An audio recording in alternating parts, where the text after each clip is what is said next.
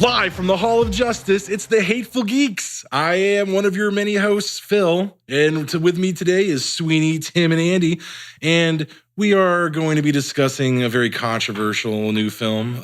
Justice League came out, and as you can tell, at least two of us were very excited about this movie. I have a Zelda shirt on. Lame. I mean, I've got high states. We, as the Hateful Geeks, are going to be not only discussing this film in great detail, so spoiler alerts, but we're also going to be discussing the state of professional critics in the current field of film criticism today. Well, that took a serious turn there at the end. A lot of us have been, this is a long time coming. A lot of us are hardcore DC fanboys. Most of us are just hardcore comic book fans in general. And this movie currently is, if you're not familiar with the genre of film called the snuff film, this is being lambasted on the internet, and most professional critics across the board are just Jim Hensoning this fucking movie and turning it into a Muppet. That's an image there for you. I do believe it's getting a current 40% on Rotten Tomatoes. Yeah. It's really low. And to be honest, like, and I'll speak up first. I'm not a big, DC fan or even a big Justice League fan, but, going in the movie, I was like a little worried, but honestly, it was better than I thought it would be. Now, they're saying they had issues, but like, it definitely was like, I was like, oh, that wasn't as bad as I thought it could be. After what we've seen previously, what, they did with like Suicide Squad and, that was dog shit. And they decided to maybe turn it up a little bit here in this one. But yeah, I was definitely pleasantly surprised a little bit. I'd agree. So let's sort of set the stage before we start digging into the meat and bones here and start, giving our opinions and shit. Right now, this movie is the lowest grossing opening DC has had, 97 million opening weekend. That's less than the 103 million that Dawn of Justice got and the 126 million that Wonder Woman opened up to. So obviously Wonder Woman's the hardcore leader of the DC cinematic universe right now. So all the critics that we're currently seeing are disjointed, completely unwatchable, no plot, no character development. Basically, this movie has absolutely no redeeming qualities. And I'm going to be like accused of hardcore bias, obviously. No. But I can flat out say that I went into this movie, and it is not a perfect film on any level. I will never claim that this movie is like the fucking Citizen Kane of comic book films. But it is not a 30 or 40% on Rotten Tomatoes. This is a gross exaggeration by some hardcore, corrupt-ass haters. And let's be honest, Disney owns everything. It owns you. It owns you. It probably owns you. And then for all I know, they probably have a fucking deed out on me too. But they own Star Wars. They own Marvel. Disney owns everyone. And you know what else they own? They own newspapers, and they own internet outlets, and they own people who are paid to put out their fucking opinions. So I want to preface this by saying, if you rely on the opinions of others to generate your own opinion, you are a fucking sheep. If you wanted to see this film, it's worth the price of admission. Go watch this movie, formulate your own fucking opinion. And on that note, we will share ours with you, and we're right. At least Andy. now that the conspiracy theory is done. It's not a fucking conspiracy theory, man. It's proof at this point. Because when a movie like this comes out, and at least four of us, and two of which went in as skeptics, you have to admit you went in, you were skeptical. Yeah, we all were skeptical. I was. All four of us were. Yeah. I was cautiously optimistic. No, you were skeptical. Sure. We all talked about it, and we all said we were really scared about this movie, and we were unsure how it was going to be. That was Suicide Squad left a bad taste in my mouth, as I'm sure it did everybody. Right. But I went in there not expecting anything and just let the movie speak for itself. I tried to remain as neutral as possible. I didn't even wear my Superman shirt. I wore my Flash shirt, which is my way of remaining neutral. And I brought the missus with me, and I gauged her opinion as a non-comic book fan and as a non-movie like aficionado. And I'll go over what she said later, but I was very pleased with what she had to say. So I feel like a lot of people who are looking at this and saying, oh, everyone hated this movie, I'm not going to like it too. People who hate this movie do not know what the fuck they're talking about. I've seen the arguments that they're making, and they don't have one. If I was a judge, I'd throw all their asses in jail for contempt. Thank God you're not. So anyway. You too. Well, so we'll jump into it. Okay, we'll jump into the movie. Okay. So where the last movie left off, Batman vs. Superman, we obviously had the one thing that DC has wanted to do since like the 90s, which was the death of Superman. So we actually killed off Superman. Everyone's in shambles, and we kind of pick up on that same note right there in the beginning in the movie. You have the little mini video with Superman talking to children, I'm assuming. They whipped out their fucking cell phones in 2017, and they asked him about his S-Shield. And they were doing their podcast. Right. They were like, hey, let's interview Superman real quick. So Superman did a little intro there, and then they cut out and they play the most depressing song I've ever heard in my entire life. The song was bad. It's real bad. It's a cover of a Leonard Cohen song. I know. It was bad. It was bad. It was a bad cover. song. It was a bad song, bad cover. Did you say it's not depressing. A good cover? I thought it was a great cover. No, it was not. It was a bad so this choice. is where taste is going to be like differentiated. Yeah, People this have doesn't different make tastes. or break the No, movie. not at all. I just think they should have stuck with like an actual film score. Like you have something, right? Like the score was good. Yeah, it was. Why did you not use it? They actually had some good throwbacks in the score as well, which we'll probably get to. But yeah, like I think they should have done with the actual music here instead of just this throwback that was like. I heard the song before, and I didn't like this cover, and I thought it was really depressing. And I get what they're trying to get. They're trying to get that vibe that the world's like, depressing. That Superman's gone, and everything is like dark and sad. But it's like, I didn't like the Leonard Cohen song, who wrote the fucking soundtrack for Depression. I know, but I didn't like the song. It just didn't fit. It did not for me. It did not fit. I really like. First off, I'm a Leonard Cohen fan, so I'm guilty as charged there. This wasn't the worst cover I've heard of his music, but I liked it. I thought it fit the theme. I thought it was we went with like depressing. 8 people, and all 8 of us were like, no. It was very like wrist slitty. It was like, it was exactly. I mean, it was all those things, and it was like, nah, not for this movie. It's just not. The world has lost hope with the death of the Superman. It's literally a wrist-slitting time, if there ever was one. I feel like they could have done something. It didn't fit for me. They could have done something else. I don't know. I don't know what else. They could have, like Aiden said, they could have gone with a score. Just an overlay score of those images would have been enough. And I think they went too far with that song. Like use some of the Man of Steel soundtrack. Mm-hmm. We'll talk about that later. I like to call this an open-faced shit sandwich. Let's start with a bad, throw a little good, and then with the best part of the sandwich, which is the bread. And that, to me, it pretty much is my general view of this movie. It did start, like, I was worried when the movie started. And then as it kept going, I was like, all right. All right. It got better. It started really slow. Yeah, it got better. Started very slow. Yeah. This movie, you can tell that Joss Whedon had his hands on it because, like Avengers, this movie opens up with unfocused, scattered plot lines of all of the different characters. It's got all these different faces and shit going on, and it tries to like jump around and get all of it and conjoin it, and all you end up getting is fucking Point Break and a fight in the woods, just like Avengers. It's not. It suffers from the same flaws that Avengers suffered for. And I've seen fucking people complaining about this who just all over Avengers. Just like, oh, this movie's the greatest thing ever. And now they're like, oh, fucking Justice League. Oh, no, it's so disjointed. Well, I think here's the biggest thing, though, is Avengers had characters that were built up over time with different movies.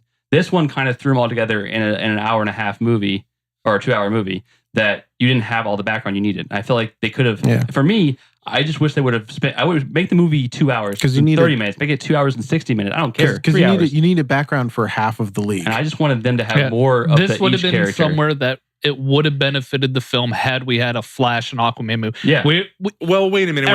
In Avengers, you doesn't- don't have a fucking Hawkeye film. You don't have a fucking Well, no, Black they Widow are main film. characters. You don't need a cyborg film. You already got his origin in Batman no. versus Superman. You saw it happen. Right. You I don't feel like need we Batman. needed a Batman film. No, we needed a everyone Trinity. knows Yeah. Batman. Everyone knew Superman. You already had Wonder Woman's. You just had two characters, the Flash and Aquaman. Give us a little bit Give more. me those. Yeah. And you could have skipped that entire like, oh, I got to go up north real quick. Hey, there's Aquaman. Oh, wait, here's the Flash. Here's Wonder Woman. All right, we're all together. Let's go. And can we talk about This like, all of a movie- sudden you're he right. had a beard for no reason just to shave it? Like, I didn't understand that part. Like, how long was when he on? when he goes How to meet long was he Aquaman? going to meet Aquaman? Because like all of a sudden he had a beard and like, oh, we're going to shave it. Well, If you walk by foot through Norway or where the fuck he was, that could take a couple weeks. Yeah, I mean, like it introduces Batman taking down a parademon, no beard. The next scene, gigantic beard as he's trying to find Aquaman. Right. I was just kind of like, but then A couple weeks passed. I was like, I don't understand what the problem is. No, it's just dumb. They had no reason to do that. There was Coloration. no reason to give him a beard. It doesn't make the movie bad. I thought it was a weird point in the movie. Like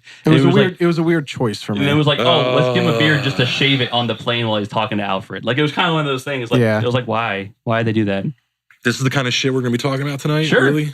Beards and I had fucking my CG opinion, mustaches? so yeah, my opinion's going to come up in this podcast. Sorry.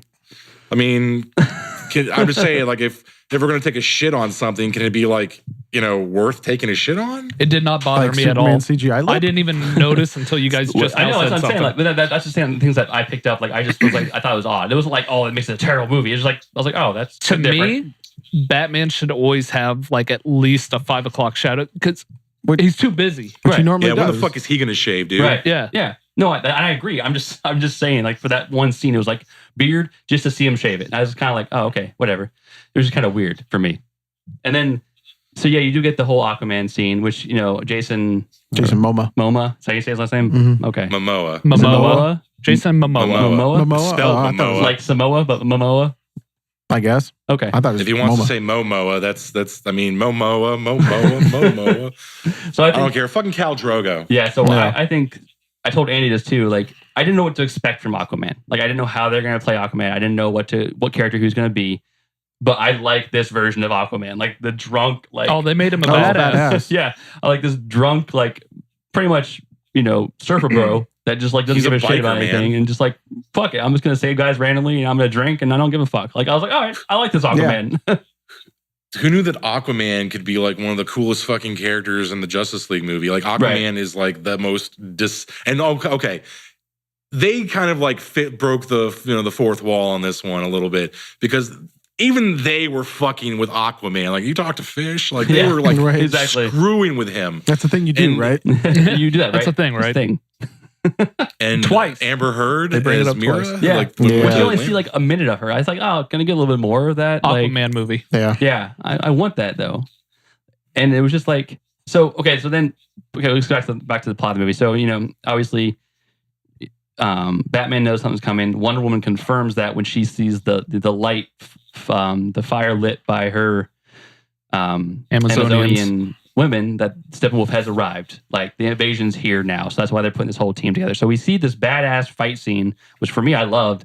The Amazonians fighting off Steppenwolf or trying to fight off Steppenwolf. They're failing miserably. Very Lord of the Rings looking. Very, very, very good battle scenes. Horseback fighting, spears. Trying to fight him off. He calls in the boom tube or whatever it's called, It's a and boom tube. and then all the parademons come out, and it's a badass battle. I love that part. I love that part of the movie. So we get that, and then they light Lanterns. he steals the Mother box. from them, and they light the fire that's never been lit, and it's just appeared in this weird. I'm just throwing out words to I help know. you I out hear here. you. Like, wearing the boxes over here. So let's talk about this right now. Like I said, this is not a perfect film, and it certainly suffers the same way that the Avengers movie suffers from a good villain. Steppenwolf is in no way, shape, or form a household name. He's not well known. I mean, we know it because we're fucking dorks. Right. I know everything there is about the New Gods and Jack Kirby and the fucking like the Apocalypse and the fucking minions of Apocalypse. Personally, I would have led with Granny Goodness and the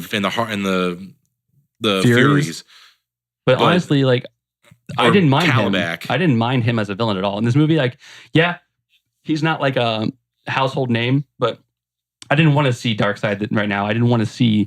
They could have at anything. least done a better job at showing that he was just a pawn of Darkseid. Oh yeah, they could have got Because he says at one point, he goes, for Mother Box, for Darkseid. Right. And I was Darkseid. like, oh, I'm going to get it. yeah. No. No, no, and I agree. Like, they could have actually like brought that out a little bit somewhere. But I didn't mind him as a villain. I thought he actually was. He did the whole like world-ending vibe very well. He pulled an Ultron and a Loki very well. exactly. He was a world threat. He Right. had an army with him. I mean, let's be honest. I'm pretty sure at least 6 or 7 episodes I called this. Right. Yeah. No, it was. It's one exactly. big bad, and here's his army of little nothings. Right. So, and I didn't mind that because I figure for the Justice League to get together, there has to be a world threat. They're not going to just come together for shits and giggles. So I didn't mind that. And I also really like, I think Andy kind of his one word, words over there, mentioned the Green Lanterns. And they did have a throwback to when Steppenwolf first invaded Earth. I think it was Earth. Yeah. Yes, it was Earth. So, and it was like all the Were you Atlanteans. watching this movie? Yeah. The Atlanteans, came together. The Amazonians came together. Mankind. They showed mankind. They showed lanterns. They showed the Zeus. old Showed gods. one lantern. There was one lantern. Right. I There thought was there one was Green only Lantern. one There was lantern one per Green sector. Lantern. And it was like, I thought they showed a couple. it was like Turok 2 or whatever his name is. Tomar Ray or Tomar Tomar Ray, 2. yeah, that one of those guys. That's what it looked like. He had like the fin thing on his head. He died though. So And the ring left him, and we see the ring actually go off to find a new lantern. Yeah, so it goes somewhere. So maybe we'll get a lantern movie. Hopefully, maybe. I don't know. I mean, I'll say this: the CG looked fucking awesome on the little bit of lantern we got. Oh yeah, it did. Yeah. That looked great. And then you had was it Hercules or Zeus or who was that? Zeus. Okay. So you had him, and then who was the chick? I didn't understand the chick with like the firearm and the bow and arrow. I don't know who that is. The firearm? She had like her arms. Yeah, her arm was glowing as she was pulling the bow shot an arrow into the ship and blew the ship up. I don't know who that was. Oh, that was probably, it was either one of two things. It was either the Greek goddess Artemis, who's the goddess of the hunt, or it was just insert random Themyscira. Right. Yeah. I think they said that the gods actually like joined the fight too. So I'm assuming that that's probably what it was. You're probably right, Phil. Wow, Andy's never said that before. And I know my Greek mythology, motherfuckers. So yeah, I love that battle scene. I thought that was a great like opening like battle, like awesome. This is gonna be sweet. I didn't expect this. It's gonna be awesome. And then they went to Atlantis, or not Atlantis anymore, whatever it is now. Atlantia. I like that. Atlantia, and it was like this scene, no battle. It was just Steppenwolf fighting 5 Atlanteans and Mera. And I was like, what? Where'd everybody go? Like they fought Aquaman. Aquaman showed up and got but like we just saw the Amazonians fighting this huge battle. I thought, oh, we're gonna have an underwater battle. Like sweet. And it was over in about I don't feel like you truly understand seconds. the politics of Atlantis. Like, they don't give a fuck. They don't care about the surface world. That's not the point. He was there to take the box. Like, that was the whole reason they're there, to guard the box. Like, but how many people are actually in that room? I don't know. I'm just saying, like, that was all of Atlantis is not just sitting around the mother box. When he went to fight the Amazonians, all of them showed up. All of them. Down the whole fucking mountain. The whole army showed up. I think wait a minute now. If you remember from the actual film, while they're in there, Hippolyta and her squad show up because they've been told the mother box has been acting weird. And while they're in there, Hippolyta, before she walks in, says the second she sees a boom tube, she's like, call the Legion. Right. So why wouldn't they do the same thing for Atlantis? I don't understand. Because Atlantis doesn't give a fuck. About themselves? Yeah, no, they don't care about the surface world, which they know. That has nothing to do with they're protecting their own. There's 5 of them. They probably didn't even know because I don't see the Themyscirans sending an arrow into the ocean and be like, and hey guys, I think you guys are overthinking just that Sweeney wanted a bigger battle inside of Atlantis. I know, all I wanted. But what I'm saying is, but like you're overthinking. You don't need a battle for every single box. I do. Like because I don't even recall that box being active. It was. It split open and then it was shaking. And the whole reason that Mera showed up was because they said the same thing. The box was acting weird. Exactly the same thing.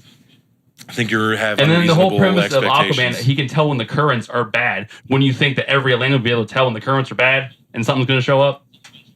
I'm just saying, they all could have been there. And he still would have won. The king of Atlantis. He has powers that other Atlanteans don't. So, I mean, I just feel like this might be a combination of you having unrealistic expectations and not truly understanding the Atlantis culture. I think that they would want to protect their own, and the whole box was there to begin with. And it would have been cool, but I just wanted a better battle for that. Then you had this huge battle that was awesome, and then you have nothing. I just wanted something. Well, go see Aquaman, bro. I saw this movie. We're talking about this movie. I mean, I look, man. Like, I get it. You liked it, but you don't have to put down my opinions because I think they have a bad part of the movie. I just disagree with you. I'm not putting it down. You don't disagree with me. You're just trying to build this movie up. Like, I'm serious. Like, this could have been a better battle scene. You know it could have been, and you could agree with me about it because it could have been a better battle scene. I mean, it could have been it could have been Normandy underwater for all I care. Right, that would have been amazing. But dude, it's called money and time. Like, you got to pick your battles here. I know. That's what I'm saying. Like, they could have done this better. They could have done that scene better, I think. I feel like Atlantis in this film is literally like teaser material. Atlantis was not meant to be a primary stage of Justice League. It is very much a tease because you get that scene of Mera and Aquaman where they kind of like talk about his background, right? But then you don't really get any background. This is what you're gonna get in Aquaman, right? We should have got Aquaman before this. Like that's another part I would have wished we would have had that build up. A part of me also here's Amber Heard and her sweet skin tight green whatever the fuck you want to call Fantastic. it, and here's Jason Momoa drunk as a skunk looking like a dirty ass hairy biker. Fantastic. Go see Aquaman. They should have just had a fucking scroll across the bottom of the screen. Go see Aquaman. But again, they could have brought that out beforehand or at least explained his background a little bit more instead of just him jumping into the league. I think none of us are going to disagree with you in that the biggest problem that's eating away the DC universe is the order that they're doing things. So weird why you'd hint at his backstory. So yeah, if you're a comic fan, if you know the story of Aquaman, you know the story of his backstory. But the common fan, Like, who's this guy? Why is he here? It's the Justice League equivalent of showing the World War I picture in Batman vs Superman. Yeah, essentially, yeah. One thing I did like, though, if you guys remember in the actual flashback that we were talking about before, when they were showing the old Atlanteans, the old Themyscirs on Earth, the old Atlantean king looks like old school comic book Aquaman with the blonde hair and the beard. Yeah, right. Yeah, the only thing he's fucking missing is the harpoon hand. Right. I love that. Like I said, I love that battle scene. I thought it was I was like, wow, this is sweet. I like this whole portrayal. So why'd you need two of them? Because I felt like it should be more of a fight put up by the Atlanteans when they just showed what they could have done. I think that you're probably right in that they probably could have put up more of a fight, but I also kind of think Steppenwolf caught them with their fucking their fins down. Yeah. That's how I took it, and also how I take it is I've always perceived the Atlanteans as a little, I don't want to say full of themselves, but no, they're arrogant as fuck. They're very prideful. So you saw there was like 2-3 guards there, and to me they're like, we got this. And when Steppenwolf shows up and murders one just by like fucking pushing his head into the reef or the wall or whatever, they're all asses. Like, fuck. Yeah, but Steppenwolf is like, mine out, fuck off. Again, if you don't have that backstory, you don't really know anything about Atlanteans. You just think, wow, they're really underprepared. Yeah, that's all you think.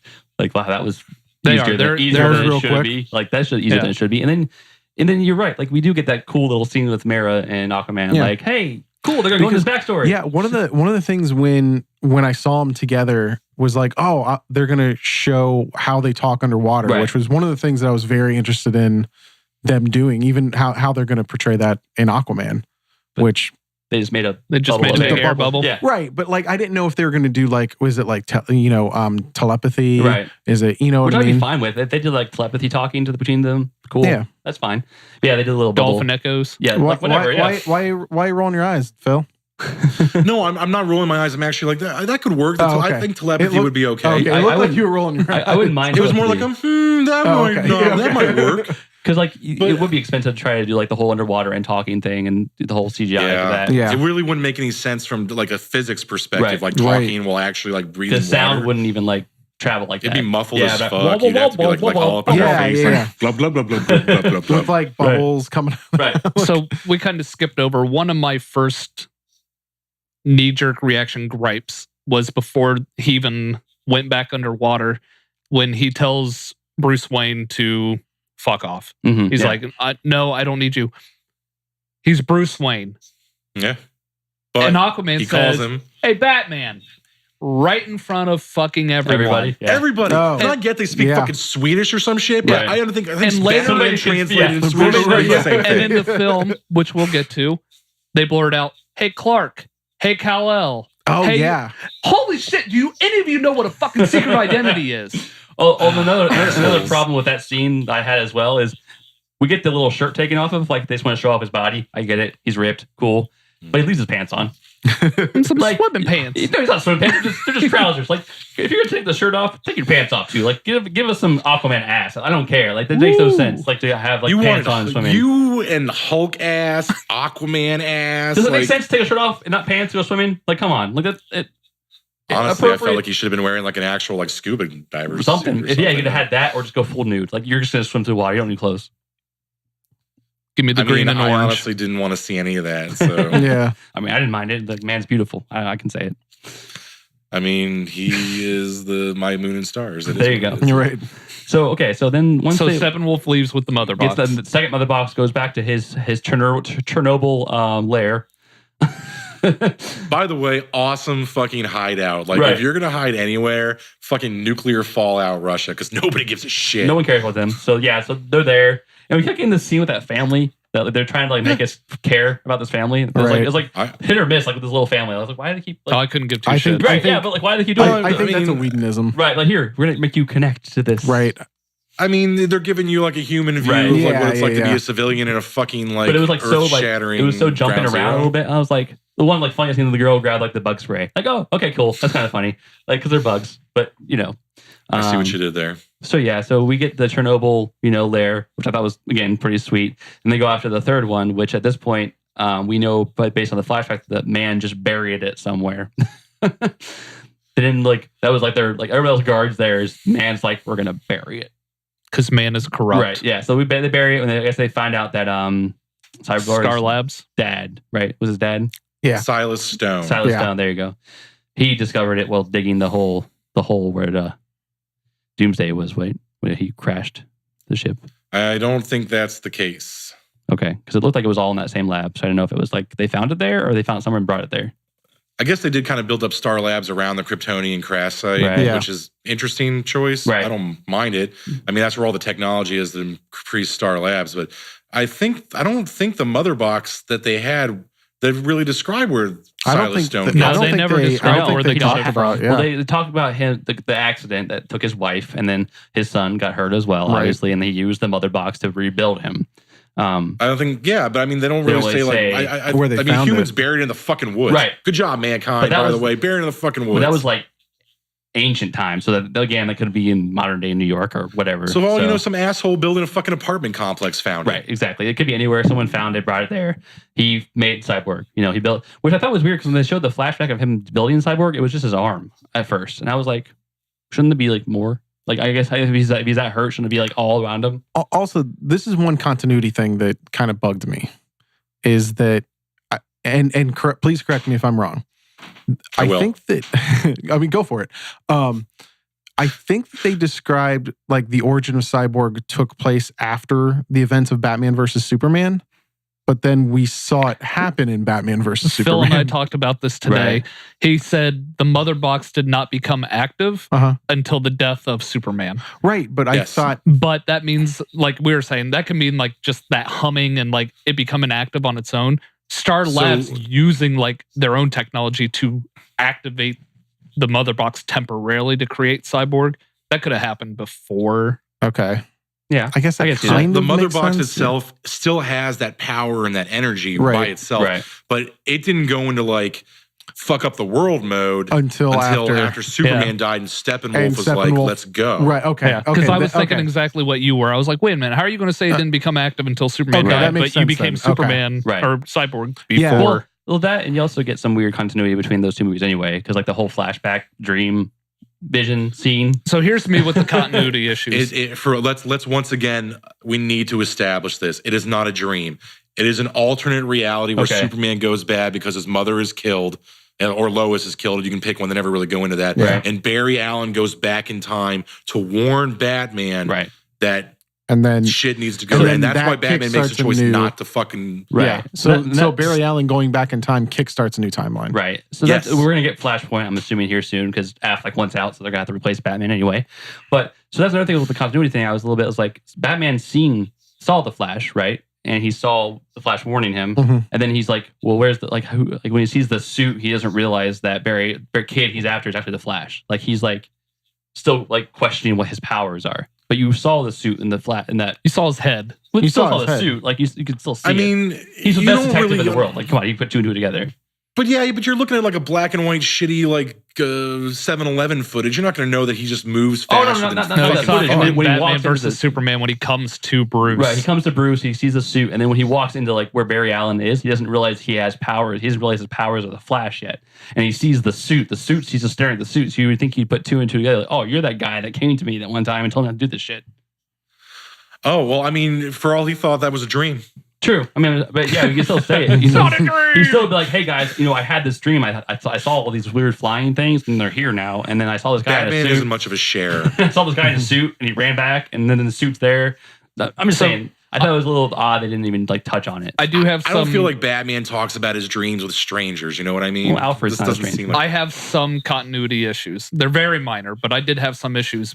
But also, a part of me realized while watching this, you could definitely tell this is almost their new like. This is where we're starting from. Making some changes, and I just nothing happened that I was like, "Fuck this movie! You just ruined it." No, and I think we let it off with like, I didn't hate this movie. No, that's where I was saying like I could buy some of these changes. I just thought like, well, if he saw it before and he had these dreams, or the alternate reality kind of vision to it, like you think he'd have some that more. Never jumped out at me, like, but that's a good point. Like more about it. Like, oh, I probably should talk more about this. Not necessarily to strangers, maybe to Alfred or whoever the hell else. But I thought it was kind of strange they didn't mention it. But so let's try to like now that we have new information from Justice League and we remember what happened in Dawn of Justice, let's kind of put two and two together here. We're intelligent guys. In the flashback, Earth is a fucking desert wasteland. Right. The Omega symbol is on the fucking ground. Obviously, Darkseid and his forces have taken over. Steppenwolf has probably been involved in that somehow as well. It makes sense that if in Dawn of Justice, Batman had not saved Martha Kent and she had died, that would have pushed Superman over the line. Let's just ignore that their fight took place. Let's just say it ended up in this alternate reality, ended up in a draw, and both kind of escaped. Martha Kent dies at the hands of Luthor, so the Justice League never gets formed. Steppenwolf destroys Earth. Darkseid shows up. Superman's so fucking disenfranchised with humanity that he's like, cool, I'll join you, Darkseid. And that's how you get that alternate future. So Barry goes back to stop all that shit. But Bruce has a change of heart when he hears Martha. And you get the current Justice League timeline. No, and I get that. I would have liked if they could have called back to that a little bit more when he was building this team up. I think that would have appreciated that. But how much did that actually alter the timeline? Maybe Bruce has no recollection of that moment then. Well, he woke up in the vision or the alternate but he was reality. waking up like. Yeah, but he like woke up and he's like, oh, what happened? Like he knew something happened. And then he woke up again, and then Patrick Duffy was there, and he was like, it was all a dream. Patrick Duffy. But yeah, it would have been nice for them to have a little throwback to that, because he's obviously seen this in that alternate reality. He's also, he saw the Flash come back and stop it, and I just would have wished like maybe a little throwback. But once again, I mean, we have to take into account this movie had the legs chopped out from under it mid-production. Yeah, absolutely. No, I agree. Considering what we got, it's not all its fault. It's definitely WB's fault, and some of the stuff that happened they couldn't control.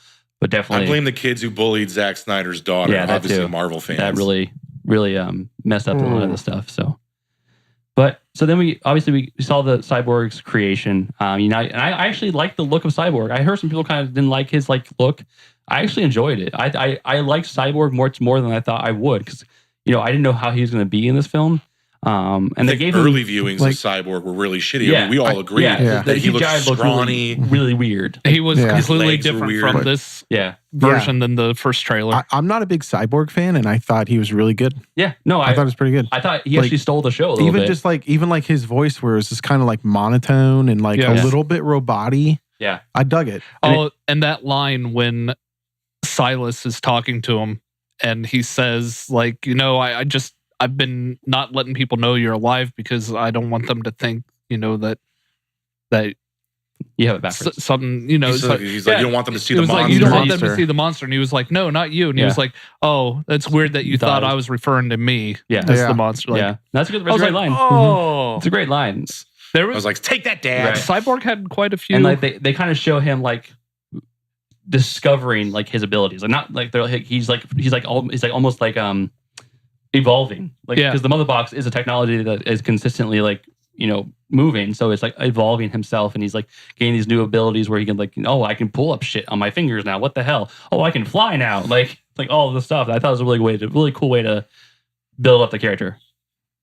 And that was one character. Lucky Samsung didn't design him, or he would have blown up. Right, and he actually did I thought they actually built his character very well. They did a good job. Him and Wonder Woman. Yeah, their meeting was actually I thought that was a great moment to slow down the film and just have them talking, and her using her past and her sensibility, and being able to hey, calm down. Here's what's going on. I also found it kind of funny, nerd wise, that the actor who's Silas Stone was also Miles Dyson in Terminator 2. True. That's kind of a fun little connection there. But yeah, so I really enjoyed Cyborg. I really thought okay, cool. This is a good character. They built him up pretty well. They made his suit how I imagined his suit from comics and Teen Titans and whatever, that he can just make it do whatever he wants it to do. You want a gun? Here's a gun. You want to hack in? Here you can hack in. Right. It was a very good adaptation of his suit. And then at the end, they kind of show him change the suit to kind of how the comic version learning is. How to do it, and you get that classic Cyborg look. I was like, yep. And I thought another great touch of it too. We're kind of jumping all over the place, but who cares? That he hinted that he could not always control the suit. The suit was definitely controlling him at some points too, because it was like defending him. It was like, like when Superman, spoilers, Superman's back, it thinks Superman's bad, so it's going to defend him from Superman because Superman's a threat. So I thought it was Blue Beetle. Yeah, it is a little bit. I thought it was a good touch. I because he's not in full control yet. He just got this suit put on him, and so that was actually one of the few complaints I had about Cyborg. And I really liked this. I like you guys. I went in thinking like a fucking throwaway character. Right. Where's Teen Titans? Right. But he turned out really good. But in that scene, after they've resurrected Superman with the mother box and the amniotic fluid, and they're confronting him like, we're the Justice League. Join us, pal. Right. And then like Cyborg's suit's just like, no, Right. Mega Man Right. blast.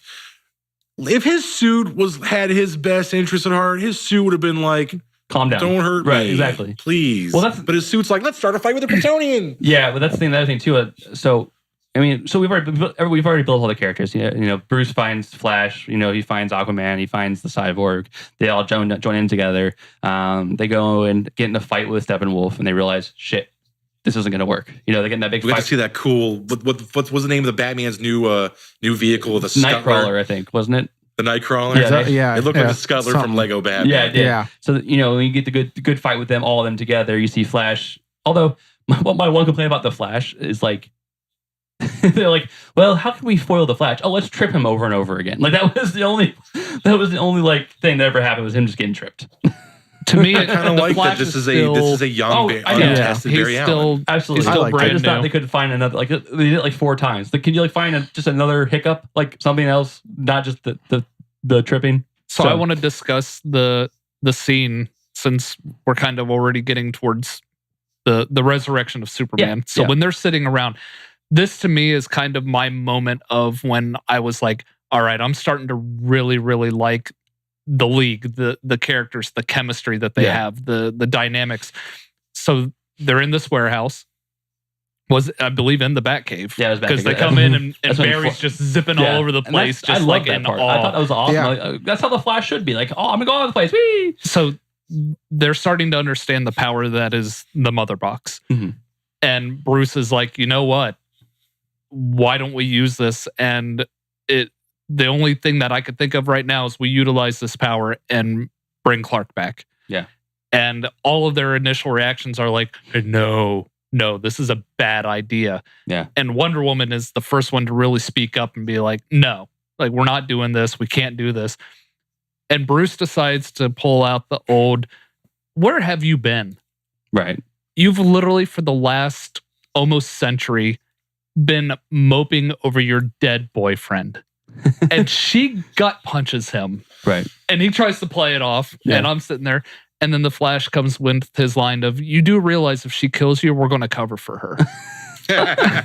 And then they're still doing their little dialogue. Yeah. And Cyborg finally speaks up and he was like, I actually agree with them. And they're all kind of like, what? He was like, yeah, I was crunching the numbers while you were being an asshole. Right. And that's when I kind of looked and I was like, oh, I wish Phil was here.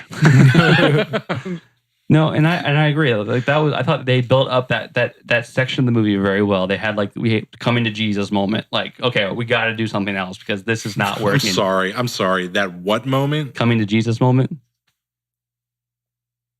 Coming to Superman moment. Whatever. Anyway, so they realize, okay, we're not enough to stop him.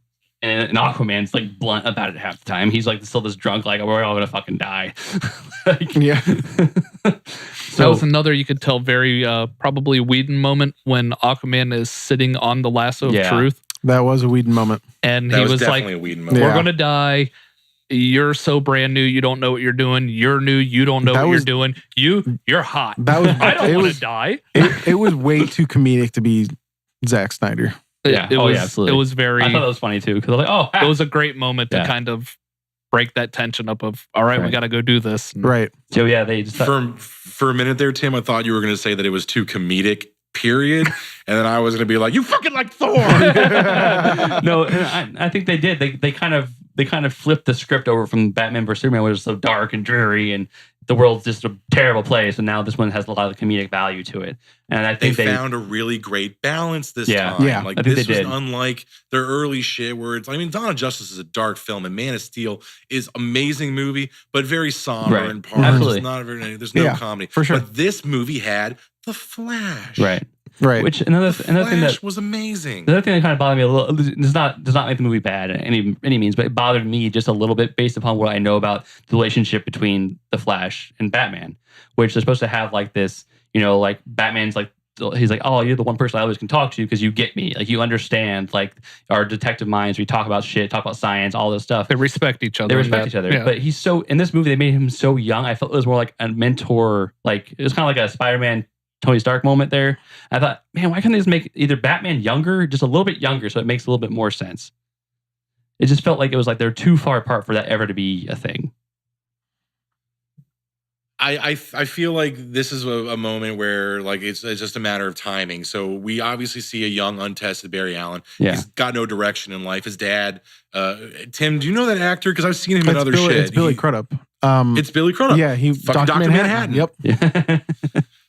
Dr. Manhattan tells his son, the Flash, that he wants him to get a job. He wants to move on with his life. Right. Batman is sort of like that big brother figure who puts Barry on the path of being a CSI. Yeah, but that was actually one of my complaints. That is a complaint of mine too. I mean, I think I know trying to kind of figure out who actually kills his mom makes him want to become a CSI. So I think Andy was going to say this as one of my complaints is that Flash earned that. Like he did it himself. He didn't have Bruce put in a word. Like, oh look, I got a job because I got a buddy that hooked me up. But that's not what they said, guys. The dialogue of the film says that he was already in school to become this, but he sort of lost his path because he kind of gave up hope. But Batman and the Justice League sort of righted his ship for him. Well, he found his North Star a friend again. put in a good word. Yeah. Like he literally said. His friend basically said, yeah, I know you've been fucking slacking off for like a couple years here, living off the grid, but you know what? You have the education to do this, so I'll write you a fucking recommendation letter and get your shit together. I just was like, okay, he didn't need to have that line. Like that was that's a small complaint. It's just knowing the backstory of the Flash. I didn't dislike it. It was just, the Flash did that on his own. Right. Like he's smart enough. He did it on himself. Yeah. So we get the resurrection moment. So I didn't know how they're going to bring Superman back. I didn't know if it was going to be like he just comes back under his own ability because they put him in the sunlight and he regenerates. Heat lamp. Yeah, something. I didn't know if they're going to do that, but then they go with the mother box, which I thought was a very interesting. I liked it. I was like, okay, it's unique. Yeah, I actually like that as well. I did chuckle a little bit, and I was discussing this earlier. So they use the mother box and they're like, we don't have the power to do it. So Barry comes up and says, I could generate the power. Yeah, right. And Cyborg's like, you have to do it the second it touches the water. Because if you miss, we'll just have to try again. Right? I mean, like they made it like, oh my God, you have to do it right like here, this right moment, now. like this make or break moment. Oh, wait, no, okay, try it again. So you missed. Pull it out. Let's try again. Well, I mean, I'm not sure if you guys are aware of this, but if you highly electrocute amniotic fluid, it's not usable to resurrect Kryptonians. That's just That's science. facts. It's science. Look it up. Science. It's on the internet. So I didn't mind that. I thought it was like, okay, cool. They're gonna utilize this power to bring back the one person. Might bring back. They weren't sure if it would or not. Yeah, and Aquaman kind of foreshadowed it. He said, "Yeah, when you bring somebody back, there's going to be something missing. Right. There will be something off." And boy, was there. Yeah. So then Aquaman's like staring at him. He's like, something's wrong. Something's wrong. Something's not right here.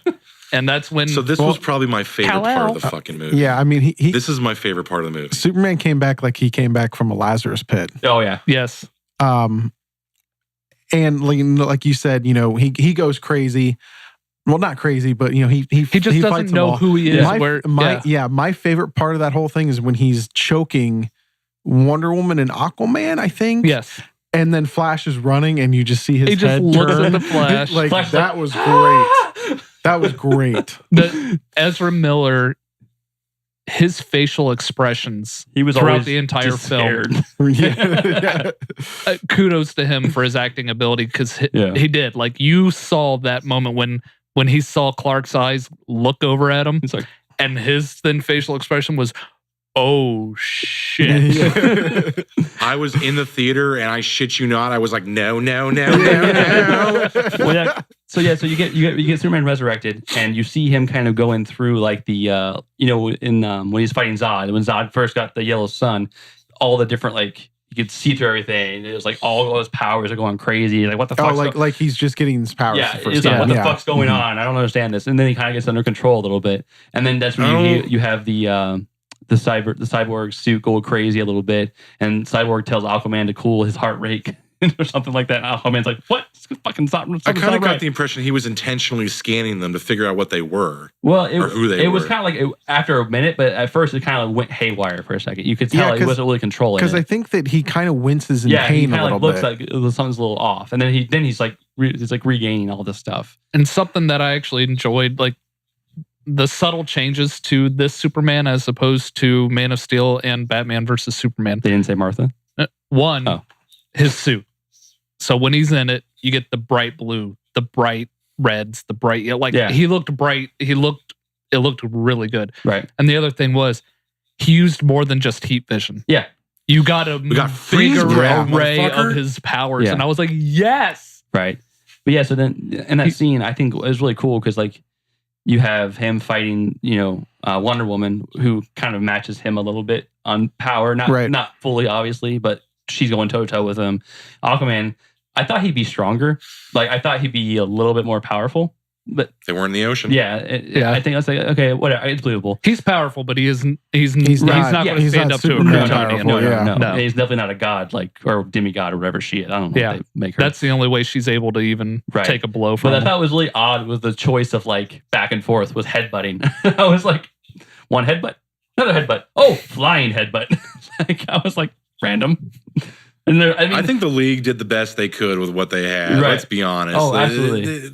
But this is where some of the best, and Andy, this is one of those moments where I was like, man, I really wish I was watching this with Andy right now. Because of that scene where like Superman has just fucked up the rest of them. And he's got Batman by the throat. And he's like, do you bleed? Yeah, he goes, you won't let me live. You won't let me live. Won't let me die. You won't let me die. Yeah. Do you bleed? And then that's when he's like, bring out the big gun. And they brought his girlfriend bring Lois out. And he drops Batman. And then after Superman is like, all right, fucking I'm out of here. After she yells out Clark. Yeah, in front of everyone. in front of police officers. By the way. All right, so this is one continuity issue during this scene that kind of like, it made my brain jump to Batman versus Superman. And correct me if I'm wrong, the Clark farmstead. Superman's dead, Clark dies covering this. He has an open casket and Perry White is there. How is he Clark Kent at the end of this movie? Dude, I do not know how they're going to explain away the death of Clark Kent. Right. In the comic books, they say that he's trapped under a building for the time that Superman was from the Doomsday fight. Yeah. Right. So there was never like a body because there was never a body to bury for Clark. That's why I said I thought it was kind of funny. Like I think we said it in the movie theater. I was like, well, he can't just go back to work, and he does. Well, they don't show him go back to work. He's got his glasses on, like he's on a street. He's not. He's just walking in the down the Daily street. Planet. Yeah, he just looks like Clark. Like I picked up like he's back as Clark Kent. I mean, he doesn't necessarily go back to work. Like let's go back to work. But we do not get an answer to this question. Let's simply just agree that they will hopefully address it the way they address the destruction of Metropolis in Dawn of Justice. They'll hopefully, maybe he can't go back to his old life. Maybe his mom knows he's alive, but he can't like reveal himself to old family friends or go get a job again. Right. Well, another thing about that, so we skipped over a part that I really liked was we talked about a little bit was the Flash fighting Superman. So you see Superman the Flash running around, Superman, the turn, the oh shit look. But then they're actually fighting together. Like I think that's the first moment I kind of felt like that Barry was kind of like being better with his powers. Like you actually see he was dodging Superman he's faster than Superman. At least in that moment. And you kind of get like that, okay, cool. Like actually showing how fast he actually is. Because to everybody else, you just kind of see a flash and he's gone. Kind of thing. But Superman, you actually get that full battle. I thought it was really cool. That shit shows how fast Superman is. Yes. Well, because he was very close to connecting some of those hits. And then, but I understand, I didn't understand like how he fell. Because I thought, did he like try to push him and it didn't work? Is that what happened? What do you mean? He pushes Superman and Superman's like, that tickles. Oh, he tries like, that's how he falls again. He's like he's going around against his body. He's like, and then he falls. I was like, wait, what happened? Like, why did he do? Yeah, I was like, what did he do? But there was no moving the Man of Steel in that situation. Barry got a connection, but he's still a dude. Yep. And then we get like you said, we get the scene where he's holding Batman by the face, and part of me just wanted Batman to be like Martha, like just to just to like throw back, I know, just a little bit. I was like, just do it. Just come on. No, but I thought the Batman had a good line when like he Martha. nothing Oh. nothing this time. Like I thought it'd been a funny little throwback. Superman's like, it only works when I do it, Right, bitch. exactly. Heat vision. And then like he drops him, and it's like something's definitely bleeding. Yeah, So I was something's like, bleeding. all right, well, I wouldn't think Batman would make puns, but okay. My mom's still alive. Yeah, there was a lot of gripe about, Batman isn't throwing out jokes. I'm like, have you read any Batman comics or have you watched any of the DC animated films? He has Something's some of bleeding. the best one-liner. A lot of it is just dry humor, but he is Right. full of one-liners and wits like that. So I'm just I like, just didn't expect that. again, your They just comment that Well, yeah, but they never portrayed Batman that way. That's they've never why people never were like, had what? Batman very, very like punny. Yeah, he's always been very dark and serious, and that's You all. know. That's all that ever any common film goer has seen on this big screen is this Batman who's dark and doesn't make any jokes about anything. you only had him in one movie though, and so no, far you had him in all the. I'm talking about every Batman. Well, they've yeah, we're seen, talking not about- talking about like. You can't Just we this can't one. talk about Nolan films. Yeah. We can't. No, I'm not This talking about. I'm Batman's saying that's what different. people are used to. but with even in Batman. the Nolan films, Yeah. like him and Alfred, very quippy back and forth in some scenes. I think Not funny, Alfred gets though. all the best. I mean- Alfred gets all the yeah, best. Yeah, lines. I mean, or you can Alfred get- like saying something to him when he's. I like, mean, you're being stupid. My thing is that you always get punny Bruce. You don't usually get punny Batman. The only thing I can think of is I'm not wearing hockey pads. Yeah, that's true. You know what I mean? Like that's just And what I'm thinking. I didn't complain about that. I thought it was kind of funny. Oh actually. yeah, no, I'm not. And I liked didn't- the only thing I thought was kind of weird is like that's the first time you see it was like full suit, and the suit looked kind of shitty. Like, like I his, was like- his like second outfit. yeah, With like the goggles. yeah. I didn't really like it. I was like, okay, cool. Why does No, he- I'm not a fan of the I was goggle like, why does suit. he need goggles? I don't understand. But it didn't matter. It wasn't like a big stepping point. I didn't mind it. I didn't mind the outfit. The goggles were a little off, but that didn't Yeah. ruin anything for me. All right. Batman's going to war. He also knows that he's in fucking like what was Right, basically like- like Yeah. DC's Chernobyl. Yeah, so right. it might be an anti-radiation I did system like for all that. you know. They kept it realistic. He stuck to parademon duty. He's like, there's no way I'm going toe to toe with Steppenwolf. Right. You guys do that. I'll play with the bugs. Well, yeah, he plays with the bugs, which is another point I thought they did well. They actually showed Batman being like a scientist, being like a detective, like figured out, oh, this Mhm. sound bothers them. Let me try to make this And that's something- to my advantage. Like, Right. and they never really show that often. Like That's in the something movies. that they were doing like throughout the movie of like Right. trying different pitches. Like, okay, make it bigger right. once he found the right pitch. I thought that was a cool little thing. But then you're gonna have those Batman fans who are like, oh, he doesn't use guns, and he solely used guns in this movie. And in his defense, he used a laser Right, gun. exactly. I and was it like, wasn't his. right. But I thought it was funny because like everyone's gonna be like, oh, he doesn't kill, but they're parademons. But They're not also- really They're already dead. Yeah, people. they're brainless drones. But he He's also got he no also people who throws kill those. a sticks of dynamite Oh, down I'm a not clown's saying- pants in Batman Returns. I'm not saying me. Oh no, I know that. I know that. I'm saying everyone who says, well, Right. Batman doesn't kill. Right. Batman Mm. kills. But Like- I had no issue with it. But you always get those like little fans like, well, he used the gun. Like, Oh shut yeah, up. no, I wasn't saying that was you. I Like, was shut just up. saying. Like, yes, he used the gun. It's I an was just alien saying gun. against that Yeah. that argument. Yeah. So yeah, we do get the parademon duty, which obviously he has to do. Before we get to the final fight, Yeah. I wanna talk because when they resurrect Superman, Steppenwolf gets the third mother box. Yeah, because they just leave left it it in there. the Yeah, car. yeah, right. Good job, guys. Right. And they just Um, watch him come down and take it. And in the meantime, you get a couple scenes of Lois and Clark on the farmstead together. Mm-hmm. And I wish that it was a bit more. I think it was. I want it to be a bit more emotional Right. rather than like her. You fucking cold-hearted son of a bitch. That was super emotional. Mm. I felt feels. I dude. don't- so I I mean, almost for cried. When he, me, said, itchy, that Yeah. bothered me. That was my issue of like, well, how does it feel to come back? And he's like, Made a itchy. joke about it. Itchy. You know what I mean? Like that for me, like that took any emotion out of Right. it whatsoever. That part Well, that- didn't bother me as the emotion that I felt, and I don't know if it's because I'm a parent.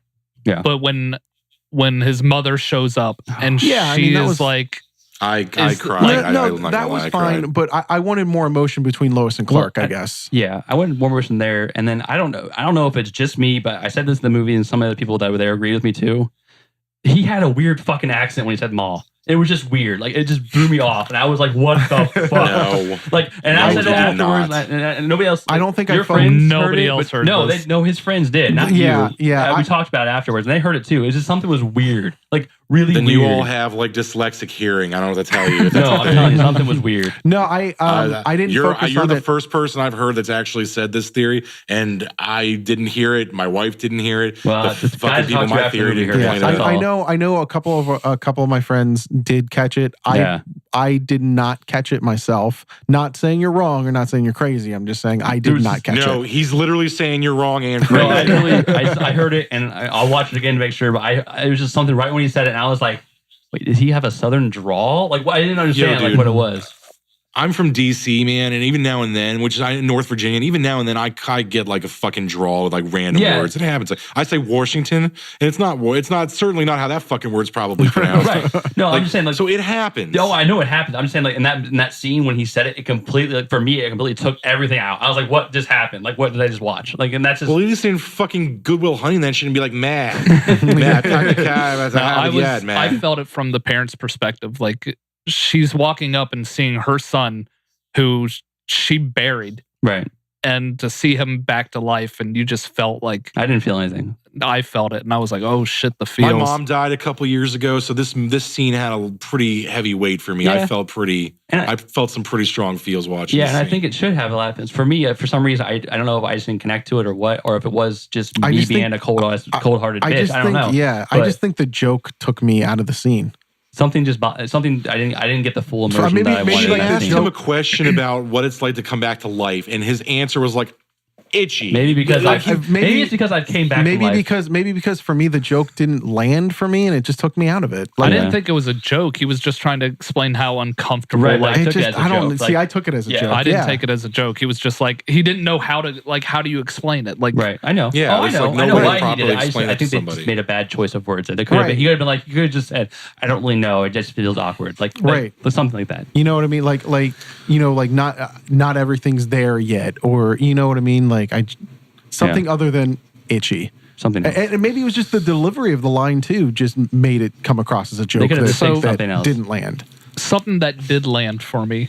Okay. And this was again with there was two scenes, and again, Phil, I wish you were there when they fire up the bat signal, and you hear that Danny Elfman's Oh, yeah, it's all about the the soundtrack, 89. The bum. Yes. Yeah. You get that, and then when Superman is resurrected and he's Yep. flying there above his destroyed monument, and you hear the bum bum bum bum bum.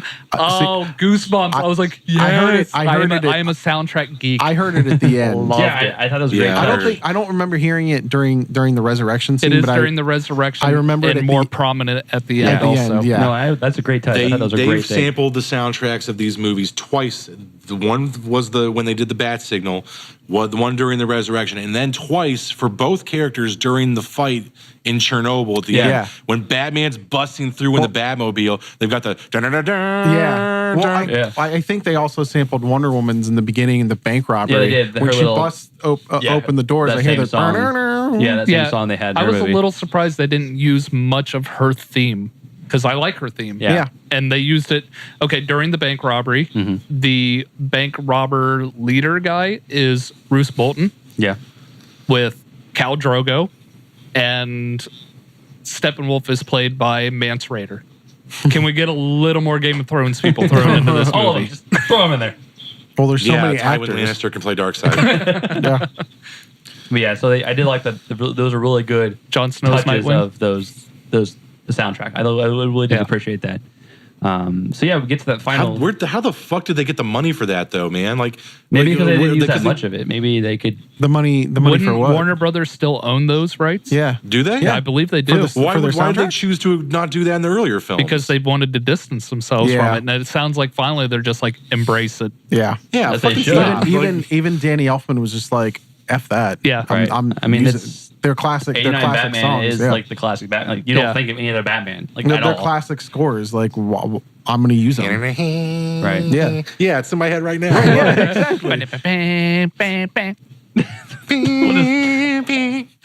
That's our dance. I'm not That's dancing. Hateful Geek dance right there. I'm not dancing. Trademarked. Dude, when Patent fucking pending. Hans Zimmer's Krypton started playing, I was like, this is the greatest. Yes. I've waited so long for this. Yep. So you get that final battle scene. You get Batman on bug duty, as he should be. And then you get Cyborg trying to figure out a way to bring apart the mother boxes. Because apparently he figured out a way that they synchronize, and he can kind of mess up the synchronization, and every now and then they'll kind of separate. So you have him doing that, and Steppenwolf obviously trying to stop him. You get another good Cyborg scene for me was they show Steppenwolf actually. So the entire movie, you see Steppenwolf hit people with his axe. You don't see blood. You don't really see him cutting people in half. Doesn't really happen. I thought that was kind of odd. But then he actually cuts Cyborg. Like, he hits Cyborg and actually cuts him open. Yeah. And then rips his leg off. And then you see Cyborg's suit rebuilding itself. I was like, oh, sweet. Like, that's awesome. I thought it was a really good touch for that. And then you get Flash and Superman. Another funny moment, I think, trying to save all the people. And you see Flash push a car, a truck of people. One pickup truck. Like, he's all happy. He looks, you see Superman carrying a fucking whole building. Yeah. Like, whee! What I was liked so about hoping Flash was going to be like, show off. what I liked about the final battle, it made sure to hit on each character, showing them doing their strengths. So the Flash obviously is not going to fight Steppenwolf. No. So they're like, go help. Save the civilians. Yeah. Which he always does. He always runs. The one thing, again, I know it was for comedic relief, where he's running, he goes, God, I hope this is east. It doesn't matter. By the time he gets to the perimeter or wherever they are, he can backtrack and make sure he's going before somebody even blinks their eye. Right. So He's that fast. Yeah, he But would they just wait to throw it in. I hope it's east. Yeah. Shut up. You're fine. It was But funny. then Superman shows up flying right next to him and being like, let's do this, Barry. Yes. Like, I was just like, I'm fucking gung-ho, man. This is what I've been waiting to see. I want to see the League in action, working their powers together, and they did it justice. Stop with your puns. The scene of all of them standing together, looking down on the Chernobyl site, all standing there together. Superman and Batman's capes are just billowing in the wind, and I was just like, I'm done. But then that scene got fucking ruined for me because Chernobyl turned into like alien flower. Right, land. yeah, I Like did not fucking know what this Ferngully. is. I didn't understand I was that like, at all. Are they just terraforming the planet to make it like Apocalypse? Is that why That's this not guy what was? Apocalypse looks I like, know, bro. but no, our Apocalypse New doesn't. Genesis. But yeah, I don't get the red sky, the giant weird phallic things. Well, Those were not phallic things. They were like worms. They're not dicks, Andy. It Calm wasn't down. technically terraforming for Apocalypse because these weren't hell pits. Yeah. These weren't like Yeah. the fire pits of Apocalypse. These are the mother boxes. They literally like destroy and reshape the planet, kind of like what Zod was trying to Right. do, kind Yeah, of. I don't know. So But he was maybe trying it to was like an terraform alien. it. Well, they said that the mother box Yeah. creates and destroys all at the same time. So it's like, yeah, they were destroying it to create Destroy a Earth new. to make death a and new- rebirth. Yeah. Yeah. So yeah, Ragnarok. I didn't I see what understand you that did either. there. I didn't get the whole. I was like, what's going on? Why is this sack of goo that's not really a sack opening? I don't understand. No. It didn't ruin the fucking No, I movie just for me, didn't but get it was just jarring. I'm like, what the fuck? They just made Ferngully? Right. What's going And it on? was one of those CGI moments where I was like, no. And it wasn't needed. You didn't need to have No. a sack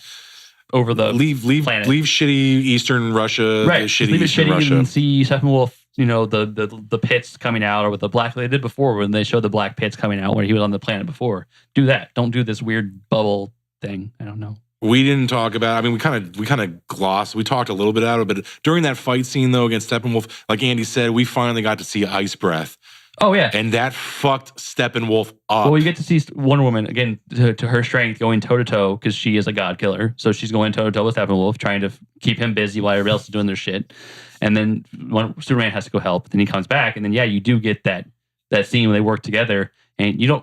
At first, I was like, why is he just icing his axe? I don't understand. And then I realized, oh, they're going to shatter Tag it. team back again. Like, they're going to shatter it. Like, it didn't make sense at first because I was like, why wouldn't he just freeze all of him? Superman's not fucking retarded. When he fights, he knows what he's doing. He's smart. He makes small, tiny choices that just go in the right way, so he doesn't have to, go all out and punch a black hole into somebody. Yeah. And then we got a few more Superman puns, which I thought was a little off at first. I was like, why would they do that? But whatever. It's not like it ruins the movie. What we got was my favorite line in all of DC Universe. It's like, I knew you liked me. I don't not like you. Well, then that is like, is this guy still bothering you? Like, But that's something that does not need it. I just didn't. if I heard that and you did a freeze frame of that scene, and you said this is taken directly out of a comic book, I would have never doubted you at all. Well, I didn't say that. I'm just saying I didn't want that in my movie. I didn't think it fit the movie. You don't want a comic book scene in your comic book movie. No, I wanted them still fighting. I just when you said that line, I was like, not needed. This guy bothering you, miss? Yeah, like that's not needed. Like I can't help it, man. I love it. Maybe it's a cornball in me, but I fucking love that shit. You guys love the old school like 70s comics. I'm thinking of like modern day. Like he wouldn't just say that. Whoa. Don't be fucking putting words in anyone's mouth. There's a lot of shit that came out of the 70s that's garbage. And I do not like all that stuff. I don't like Golden Age Superman. I'm more like pre-mullet Superman. And maybe Rebirth. I like New 52 Superman. 80s, New 52, yeah, I just Rebirth. Was like, I just didn't need those lines like that. Not for me. Just throw out all 90s. Man, he wasn't fucking saving a cat out of a tree. He was just making like a. He didn't catch another fucking plane either, or lift an island. Yeah, he caught a whole apartment building. Yeah, he made a corny one-liner like to Superman in the heat of battle. He's like, "Is this guy bothering you?" To him, it's like, "I'm being quippy," and the rest of them are like, "Ugh." "Yeah, like stop, like it's just for me." It was like I didn't need it. But the best is the banter between Batman and other characters. For me, a little bit on the Batman Superman thing. I guess maybe I misunderstand their relationship because the whole time my thinking is that Batman really hated Superman, really didn't want him around that much, didn't really care for him at all. And then in this movie, it made him seem like he had to have Superman to do anything. It kind of depends on like. I've tried to explain this, and the best way I can do it is we make fun of the scene a lot, but the Martha scene is a pivotal moment for Batman. In that moment, Batman is no longer seeing Superman as this unkillable god alien that's come to like enforce his will on all of us. He sees them as a guy who's got a mom. He sees them as human. Yeah. And he even makes that line on the plane. He's like, he's more human than all of us. Oh, yeah. That line, I appreciate that. I think that's a great line for this movie because it makes sense. I just felt, I kept getting the feeling that Bruce was like a pussy without Superman. And I was like, that's not Batman at all. Like, he figures out everything. Like, I kept getting that feeling. I don't know about that. I didn't get that feeling at all. In fact, when they start that fight, Batman's like, I've got this covered. I'm gonna go wreck that, and that. And then you guys go take care of Steppenwolf. Like he was just one man showing it, and the rest of the league came out. But like, are you talking about like you don't understand like why Batman was like guilty that Superman was dead? No. I understand the guilt completely. Okay, I'm just talking about like in some of the moments, like when he was talking to Alfred, he was like, "Oh, I can't do this at all. I need him." It just seemed like very yeah. I don't know. It just seems like not that's Batman to me. Somebody else was saying they're like, oh, this movie just made it seem like the Justice League had to have Superman or they just couldn't do anything at all. And I was like, did you watch the movie? They were all doing unique. Right, they all were doing things. Like everyone excelled at their strength. But this is kind of a cosmic threat that is sort of beyond them. Yeah. They need the powerhouse. I completely agree. I'm just saying the way it was portrayed as Batman, like, it wasn't like he was like, oh, I'm being like analytical and I need to have this. Like it was like a thought out plan. It was literally felt like it was like, oh shit, I'm nothing if I don't have him right now. And that's how it felt. Okay, so there are two types of Batman fans in the world, and Andy has fucking straddled this line for a long time. There's the because I'm Batman fan. And that's the Batman fan. It's like, he can do anything he wants. Right. If he plans far enough, he can do anything. He can stop fucking universes from exploding. Right. And then there's the more realistic Batman fan. He's like, he's the world's greatest detective. Right. He's a founding member of the Justice League. But even that Batman understands that without Superman, there are certain obstacles that even he can't. Right. Like, for example, if you put Batman and Darkseid on different sides of a field and say, kill each other, I'm sorry, but Batman's going to lose that fight. Oh, I've seen that. Yeah. And that's the thing is like, I completely understand that. I just, for a couple moments there, I got this weird vibe. Like, it was like almost like Batman was like... I took it as Batman being the greatest detective. He goes, here's what we could do. Here's what we can't do. We have to have Superman. We have to. He has perfectly analyzed this situation to the point where he, as the Batman, has said, we cannot win without his strength. And I agree with all of that. I'm just saying there's a couple of lines that he fed Alfred that I just got this weird vibe about it. And I just felt weird. It felt weird coming from Batman. That's all. It wasn't like, I know the whole premise of what he was doing. I'm just saying there's a couple lines that were delivered in a way that made me feel like just not something Batman would say. That's all. See this face I'm doing right now? Doesn't change my He was opinion. actually so stoned that I thought his camera froze. I'm not. What are you talking No, about? I thought you were so Like frozen. frozen, Stoned. stoned, Not frozen. that stone. Not that stone. Mm. Like stone. No, sir. Stone frozen. I don't know what you're talking Yeah, about. stone frozen. That I thought your camera froze.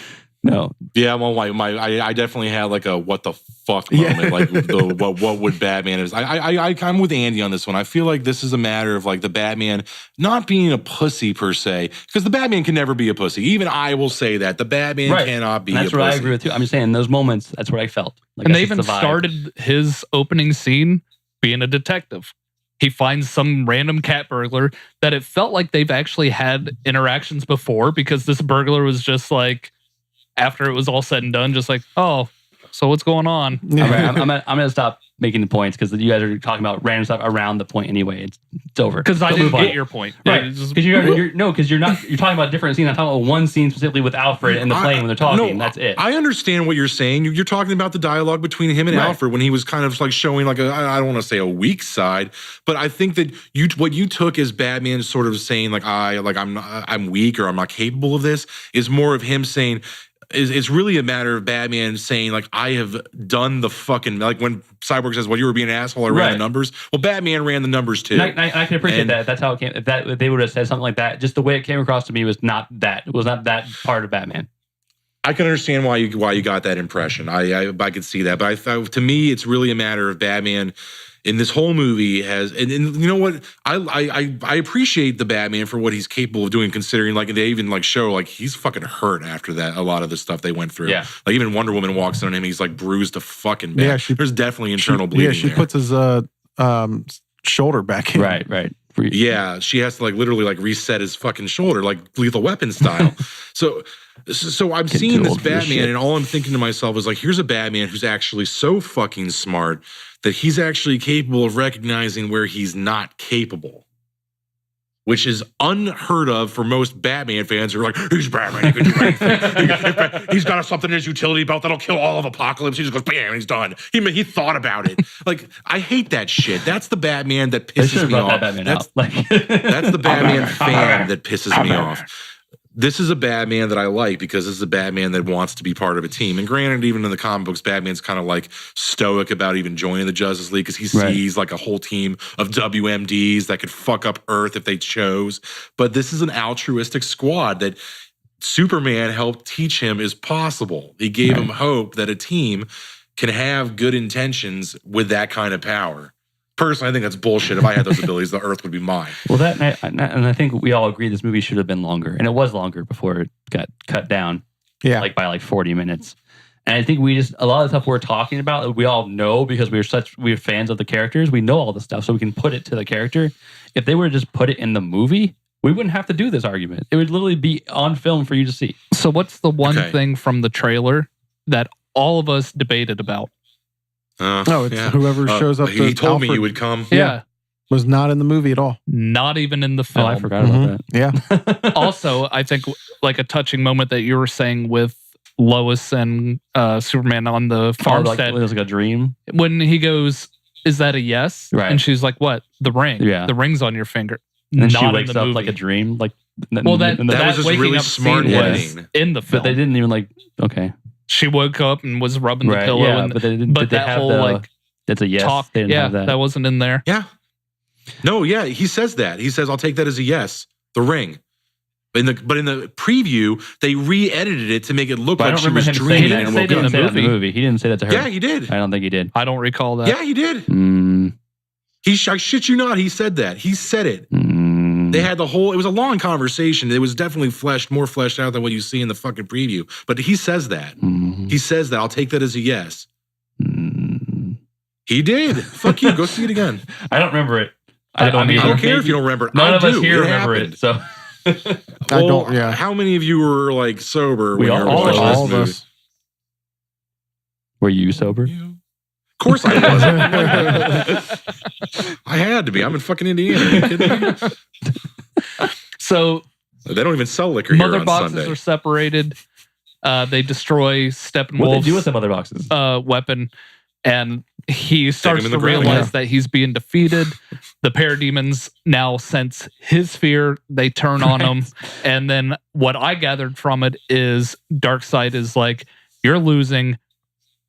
Come home for a ass whooping, sends a boob tube down, and pulls the bitch back. And scene. I mean, it's possible. and scene. That, or he just called it himself. I mean, couldn't he do that? I don't think he called it himself. Steppenwolf doesn't seem like the retreating type. He seemed pretty pissed off. I'm pretty sure he got sucked up by Darkseid. There was some sucking going on. This movie basically ends with the Justice League like Bruce Wayne goes back to Wayne Manor. Yes. Which he hasn't done in the entire continuity of the DC universe. He's been living in that lakeside side house for a while. He goes back to Wayne Manor and he's right there, circle table, 6 seats. I'm like, holy shit, this is some King Arthur round table. That's a really cool idea. It's just the Justice League's headquarters is Wayne Manor. And then Wonder Woman says, leave room for more. Yeah. Because we need a lantern. You get that weird sexual tension between Batman and Wonder Woman the whole time. It's not that weird. They're gonna bone. It's not. But she's gonna break the fuck out that pelvis. It's not the first time in any media that they've tried to put Batman and Wonder Woman together. So. Oh no. Wonder Woman has banged both members of the Trinity. She became a Star Sapphire in Blackest Night because she was in love with Batman. And then in New 52, her and Clark Kent get now. Yeah. So, I mean, Wonder Woman is she's a grown-ass woman. She can do who and whatever she wants. Absolutely. No slut shaming. No, not at all. And in fact, it's good for her. She's got a real Buffy the Vampire Slayer thing going on right now with she can't choose which tragic man she wants to try to fix. Can't fix him, honey. And then we get the Cyborg line that I didn't expect. Yes, I loved it. Booyah. We got our booyah. But he needed to do a little sonic charge. He's not a Teen Titan. I don't care. He said booyah. Just take what you can get. Though, man. It's like, I am Batman. It's booyah. Booyah. Little sonic charge. I think that there's a lot of awesome fan service towards the end of this film, and I was very, very fucking pleased with a lot of it. The thing that I geeked out over hard were the credit scenes. Yeah. Well, I mean, the first credit scene with those rays was definitely pandering to the fans, because that's everybody wanted to see it. I mean, I didn't take it as pandering. I took it as service. Okay. Well, it was very good fan service. You say service when it's something you like. You say pandering when it's something you don't like. It's the same fucking thing. It's appropriate though. It's appropriate fan service. It's the same thing. No, pandering is when you do stupid shit for no reason. This is something that is beloved DC property. This is a credit scene we did not need. We could use a credit scene that actually we're going to have something that projects the next movies. You got one. No, you didn't. Yeah, you did. All right, we'll get there. I didn't see you complaining during Guardians 2 when you had fucking Jeff Goldblum and all the other assholes in the background during the 70s music. I didn't see anyone complain about that. That was leading up to the next movie. Again, did you need teenage Groot with his fucking dirty robe? So mid-credit scenes go up to the next again. If you haven't seen this, you're dumb for still listening at this point. Mid-credit scene is a throwback to what has happened in the comic books. Superman and the Flash race. He's telling our fans. So, and again, you get a little comedic relief because they're like, "Hey, I've always wanted to see the Pacific," and Superman's like, It's that way. So they do this. And that is straight from the comic books, them racing. Yeah, I know. The end scene takes you out to a yacht. And I was hoping for Darkseid. It starts with fucking Riker's prison or Stryker's. No, it was Blackgate. No, it was Arkham. No, it was Arkham. No, it said Blackgate. It was on the. I think it's Blackgate. It was on the. I thought I saw prison Arkham. Guards. No, I was looking because I was hoping. Oh, okay. It was on the prison guards badge. It said Blackgate Prison. Yeah, all right. And he was like, Lex, don't make me come in there. Turns him around. It's not Lex Luthor. You go to a yacht. A boat's pulling up, and off the little boat onto the yacht is Deathstroke. A fucking rip straight from the fucking comic books. Deathstroke walks that up. That scene with the katana and the fucking weight of oh, is it? He takes his fucking helmet off and it's Guy Mangiano. I don't know. Something. He was a Magic Mike. Something that sounds Italian. I don't know. With the eye patch, the silver hair, and he takes it off. And who is it? It's everyone's contention from Batman versus Superman. It is our Jesse Eisenberg's Lex Luthor. However, he looks and now sounds like the Lex any better. that we should. What did he say that was terrible? This was a massive improvement. No. The neuroticism, the twitchiness was gone. It was like slick, suit, bald, like stoic Luthor. And I was like, okay, if you fucking play this and you do Luthor again. I didn't what did he say that was? No, his voice. Like, I just don't feel like his voice is Lex Luthor's voice. And he sounds just like a little kid talking to his dad. Like, I just don't like it. I don't. Okay. I wish we had somebody else. Like, he'd just pick somebody else. But we've already established that nobody wanted Jesse Eisenberg, and it should have been Bryan Cranston from the beginning. Yes. I'd love that. Do that one. But we can't go back and change that. So all we can do is hope that they improve. And from what we're saying is that we went from shitty Jesse Eisenberg Luthor to at least barely acceptable Jesse Eisenberg Luthor. The perfect amount of time. As long as he 30 seconds. As long as he doesn't play it all quippy like he's the Riddler. You're not the Riddler slash Joker. Putting, Jolly Ranchers in people's mouths. I don't care. And piss in a jar. Yeah, like I don't Lex to me. It just doesn't. Nothing about him. Maybe screams prison Lex.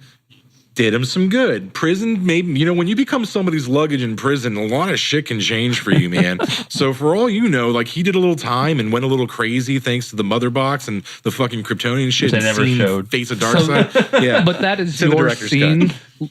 leading to a future film. It's them as the next villains. I know. Your I'm Legion just saying, of Doom. like, the first one, it was whichever side of the fence you are, whether it's giving you what you wanted or pandering, it's the same thing. That's all I'm saying. But the Marvel does the exact same thing I'm not now. saying they didn't. No, I'm just saying. You were like, I wish the scene. But you're complaining about it now. You weren't complaining about it when Marvel did it. Yes, I did. No, when we talk about pandering. No, I complained about it when Marvel you did said it. everything. And I You got said told I was everything was fucking nuts. pandering, and you are nuts. You could say whatever you want. Thor was bullshit. And this movie, okay, if you think that seeing the Flash and Superman race is pandering, that's not the definition of pandering. That is that's a teaser. I told you there were problems with this film, and I have stated there were problems with this film. That wasn't one of them. Okay. That was a good thing. That was you just wanted like to didn't see it. like That's all I'm that. saying. You're looking for something to be mad about. Okay, you're missing the whole argument. So in Thor, like the end of Thor, you got a glimpse of Thanos' ship. So you're like, that's our next step. Okay. Then you got a comedic, funny ending with Jeff Goldblum, just like, we'll call it a tie. I didn't need that. This was the same, but just reversed. You got the funny, like the throwback, the fan service of like, oh look, remember from the comics, the Superman and Flash racing, cool. Last scene, you get here's what happens next. Okay. You said we didn't get it. Okay. We did, though. But we did. We got Legion of Doom. We're getting Legion of Doom. Yeah, I just saying for the common person, they have no idea what that is. All they're thinking is, Lex is back from the first movie. But why would they show Deathstroke just to I'm going to make disagree that with a you because in throwaway my scene? fucking theater, there were 3 fucking preteens sitting behind me with their mommy. And when that scene happened, I shit you not, the 9-year-old, the fucking 9-year-old goes, holy shit, that's Deathstroke. And this kid swore in front of his mom. And he said, holy shit, that's Deathstroke. Okay. And I looked behind him like, yeah, that is fucking Because he played Deathstroke, Injustice, kid. but okay. Who gives a shit I'm how we found I'm out? just You saying. say that the common moviegoer doesn't know, but obviously the would you common not like to see moviegoer's aware. Darkseid? Would you not want to see something to do with Darkseid? I would rather Okay, have that's all I'm Darkseid. saying. You would talking love about? to see Darkseid. That's all I'm saying. You could have given us Yeah, more but than I just don't- Lex I don't on a fucking- boat. But Doesn't you'll sound get right. rush Darkseid into it. within I like 3. foreplay before I get fucked. Okay. 3. That's when you'll get Darkseid. Okay, I'm just saying you could still see Darkseid. I agree.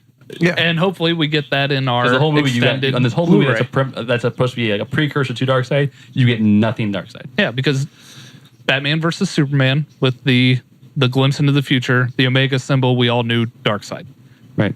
And this one, we know who Steppenwolf works for. Right. He kind of mentions it. Yeah, like one. He says like one time for for Darkseid. For Darkseid. Yeah. The very So like I was the- hoping for a glimpse. right. That's all I'm saying. Yeah, I agree. But I don't want to see it till I know it's ready, and I don't feel like they think it's ready. And what we still got was Legion of Doom, and we got Deathstroke. So obviously, what we're getting is an allusion to either, hopefully, the solo Batman film that's going to take place, or some other okay. The end of Avengers. Okay, the end of Iron Man alludes to the Avengers. The end of Avengers alludes to another fucking Marvel property. The endings don't necessarily go like as a teaser to the Justice next League immediate 2. film. No, Yeah, I it's not agree gonna be with you. Justice League It's 2. most likely a teaser for the Batman. Yeah. I mean, I kind of agree with Sweeney in terms of I wish we got a glimpse of Darkseid, because they could have done what they did at the end of Avengers and just turn the head and it's Darkseid. So like they did. It showed Thanos. That's all. It's the side of Thanos' head. Right. That was it. And then every fucking Marvel fanboy would be like, copied it, seen it. Like, they can't just do that. Yeah, you're right. But they didn't have to do that. I just wanted somewhere in this movie. I thought that we were going to get a glimpse of Darkseid. You got his name. You got Steppenwolf saying his name. Yeah. That's all you get. I'm saying. be what happy. I was hoping for was showing at the very end credit when the boom tube comes down and sucks You see the other Steppenwolf back side. up. You see him like kneeling before Darkseid, and Darkseid's just like, you had one job. Right. And he would have been like, Would you want him to just kill him with Omega beams and just incinerate him right there? no, not kill him. Just no. kind of like, you had one job And then- to do. and then he would have said, hey, Steppenwolf Superman's could have been back. like, hey, the Kryptonian. And he's like, fine, I'll deal with it. That's better. I'll break the Kryptonian like I break Yeah, everyone but else. it also took them 4 years to get a Thanos voice. So True. We'll get him. I don't want them touching Darkseid until Michael Ironside is on board. that is a good I'm voice. sorry. Sorry. Michael Ironside voiced Darkseid in the Superman animated series, and he was flawless. Is he And still? the Justice Is he League still alive? animated series. Yes, Michael Ironside is still Okay. alive. I don't know who Michael I don't know. Ironside I don't he know. has a He's got to job. be. I don't know who I that mean, is. he's got to be pushing 70s or 80s. Who? I just remember him mainly as the voice of Sam Fisher in the Splinter Cell video games.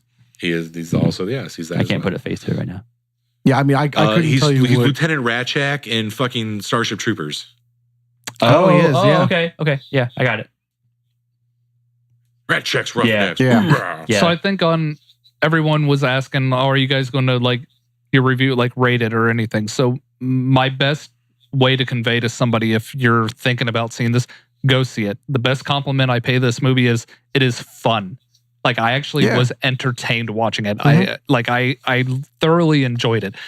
I would give it like out of a 10 scale, probably around like the 7 to 8, because we all agree there are flaws to it, but no way did it make it a bad movie. No. And I feel like right now it is getting a bad rap That it doesn't really that deserve. it does that not is, though? deserve. Why do you think that Now- is? Because obviously none of us. I'm Okay, not, would I'm not anyone? full blown on the conspiracy theory, because here is the truth. Warner Brothers does own 30% of Rotten Tomatoes. Not the 30% voted on this fucking movie. So I think it's getting a bad rep, and this is That explains why it's getting a 30%. from a critic perspective. I think the editing there were some poor choices with editing. It was a little choppy. It jumped around a lot. I think that's why the critics are giving it a bad thing, because it doesn't flow very well. Now, with us, with being comic book fans, we can piece it together. We can put all those little things together. But like, And that's why I think a lot of people are like, "What? What's happening?" like we mentioned, the sales are down because there are many people out there that base their movie going experience on what other people say, and they should on Rotten Tomatoes. Yeah. they should not. right? No, you shouldn't. You should go Because if see you it go yourself. right now onto Vudu, just go to your Vudu, go to your library, and start scrolling through and look at some movies that you love. You will see 11%, 20%, and then you realize like, oh shit, I shouldn't have these people tell me what I should or should not like. Right. absolutely. Right. No, I agree. 100%. We as consumers, it's important. Like, okay, if I'm buying a fucking vacuum, yeah, I'm gonna look at consumer reports on the vacuum. If it breaks, I'm not gonna buy the vacuum. But this is art. This is art we're talking about. And as we have proven here, not everyone agrees on what they view and what they see, even how they interpret things. If you're looking for a movie that's gonna fucking, if you're a DC fan, you need to see this movie. If you're not and you just want a fun action film, this is a great fucking ensemble action film. But if you're hating on this movie for the same reasons you liked Avengers, you're a fucking fraud. And there are numerous people on Rotten Tomatoes who are doing critiques of this film, shitting on it. And I looked these fuckers up and they praised Avengers for the same reasons. So they are fucking frauds. You cannot do that. That is hypocritical, and all that does is blow your fucking opinion. I don't give a shit about it. There are two types of critics. There are critics who are getting a paycheck, and then there's us. If you are getting paid for your opinion, it is literally buyable. If you are not getting paid for your opinion, then it has some merit. So where would you rate this one? 7.8, maybe a low 8. Sweeney? I still think it has problems, but it's not. It is no way a 3. It's not a fucking 30%. No, I completely agree with you. Bullshit. That is a fucking biased opinion. When I heard that, I was really surprised. I didn't understand. Like, even before I saw the movie, I didn't expect it to be a 30% movie. Like, yeah, I wasn't either. I didn't think about that. I never saw that. I was expecting like in the 60s. Right, and that's where like my rating is like maybe a 6.5 to a 7, and that's just for me. A lot of the things, I mean, maybe I'll see it again and maybe my opinion will be completely different. Mm-hmm. But like when I saw it, a lot of the stuff just stood out to me like sore thumbs all over the place. And that was just maybe because like I wasn't ready for that kind of movie, or they didn't like build it up right for me, or I don't know, whatever it might have been. Whatever it might have been, it just didn't, some things didn't hit home with me. Some of the CGI I think was poor because you could tell it was rushed. Like they were not prepared for the tragedy that happened. Yeah. They weren't prepared for switching directors. Yeah, well, I think as far as I know, I think they were still filming this movie in the reshoots in August. Yeah, and I talked to you about it. I felt like the suits did a lot of like trying to plug the holes of a leaking ship where they were like, oh, they said Batman versus Superman was too long. Shorten this movie. Right. Oh, they said the tone here was wrong. Change that. It was very reactionary where some of the reaction was not needed. Right. And they definitely could have like, I mean, the humor, I thought the humor was good. It was needed. You have the characters that are humorous, like The Flash, Aquaman, for some reason, all of a sudden is funny. It was great. And you needed that. But again, but it was appropriate humor. Right. Yeah, it was appropriate humor. And then you kind of, I think you had a little more balance of the serious of the events at some moments. And, they did most of that. Most of the battles were not humorous. They did have here and there. But again, I think it would have done them well to build these characters through their own, maybe not their own movies, but make this movie longer. Like build those characters up a little bit more. This should have been 2.5 hours. I think it would have done this movie. I think it would have been like an 8.5, 9. Like it would have been way better if they would have at least given them time to build these characters. And Tim, where do you have this right now? I feel like Flash and Aquaman needed more screen time. Yeah, I don't agree that it could have been 2.5 hours, but maybe like 220. Maybe, but you're going to quibble over 10 fucking minutes, Tim? Yes. Yes, I am. No, I give it like a 7.5. 7.5 out of 10. And I think Phil and Andy both hit on the head. It's a fun movie. It is. Yeah, it's a fun movie. If you go in with the premise that, like we all did, because we are like, oh, we're kind of unsure about this movie. So we just went in with the idea of if it's good, hey, we're going to be really happy. Like, yeah. And we did. It was like, all right, it really pleasantly surprised me. So your Hateful Geeks average from the four of us out of a 10. He had to get a calculator. We are at 7.25. I had to get them points. Jesus Christ. A 7.25 out of 10. This is a good film. It does not. This is certified fresh and Hateful Geek territory, motherfucker. A 3 out of 10 is bullshit. Yeah, I don't. Yeah, I mean, I don't know. And I will defend it. Like 3. And it's not the DC fanboy in me. It's not the Batman fan in me. It was a good film. Like it's not a great film. 3 out of 10 is like Howard the Duck. This isn't Howard the Duck. That's fucking Hudson Hawk. I don't get the hate. I mean, I can pick it apart. I mean, I could if you want to be nitpicky and look at every scene individually and talk about every little thing, you could pick it apart. Mm-hmm. But why would you do that? Like what? Why? It makes no sense. People like Josh hate this fucking movie. You remember our guest star from a few episodes ago, Josh, he probably likes the guy who hated Goonies? No, he fucking hated this film. Andy told me. Like, I'm telling you, there are types of people who literally just get their fucking rocks off shitting on things. And I gave him the Hateful Geeks. I gave him a hard time for this because he went into it already prepared to hate it. And I said, you cannot be... But you cannot be... I was happy. You were already biased. You went in already with your mind made up. So when you're watching it, you're only looking for the stuff to hate on. Where this one, to me, I went in with disingenuous. I wanted to see what it is. If you're trying to formulate a fucking opinion and you already have an opinion and you make shit up about the movie to suit your opinion you think is going to make you edgy or funny, that's fucking that's lame. That's disingenuous. That's borderline lying. Just so you can think you could be cool. Nobody gives a shit about that. We're the Hateful Geeks, but we hate with good fucking reason. If I shit on something, it's because it deserves to be shat upon. Usually. I don't shit on things because I feel like I'm going to chuckle out of it. If I hate something, it's because I fucking hate it.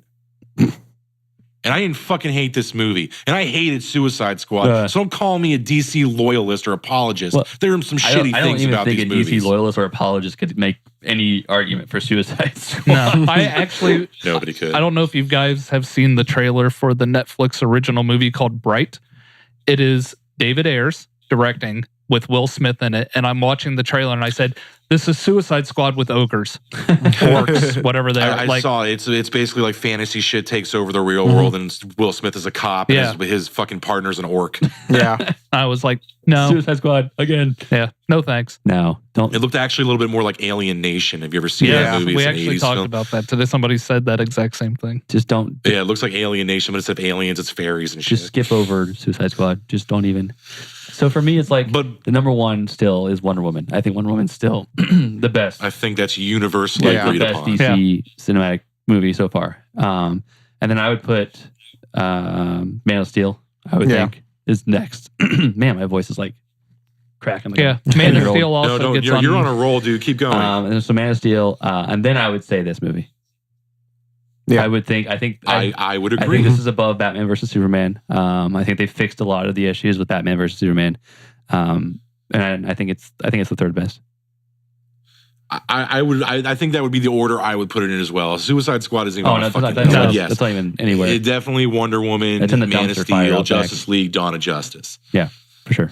And then hopefully the Batman will be we'll like see what they do with the Batman. better.